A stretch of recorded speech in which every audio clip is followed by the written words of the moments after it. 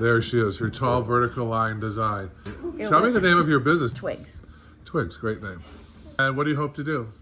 More commercial hotel lobbies, that Oh, kind of thing. yeah, that's what you should do. That If Yeah. I had to do it all over again, I would just get like 5 hotels on Monday morning. I used to do 2 Monday morning. Their budget was $1,500. It would take you a morning. I used to do it right in the lobby. That's $3,000. You make $2,000 a week working one day. Flowers are therapy on a stick, so They are I therapy on a like- stick. They've kept me alive. How was your week here? Very good. I enjoyed it.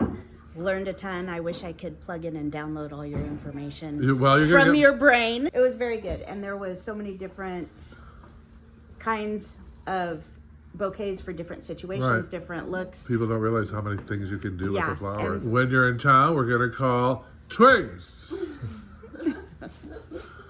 for all your floral needs.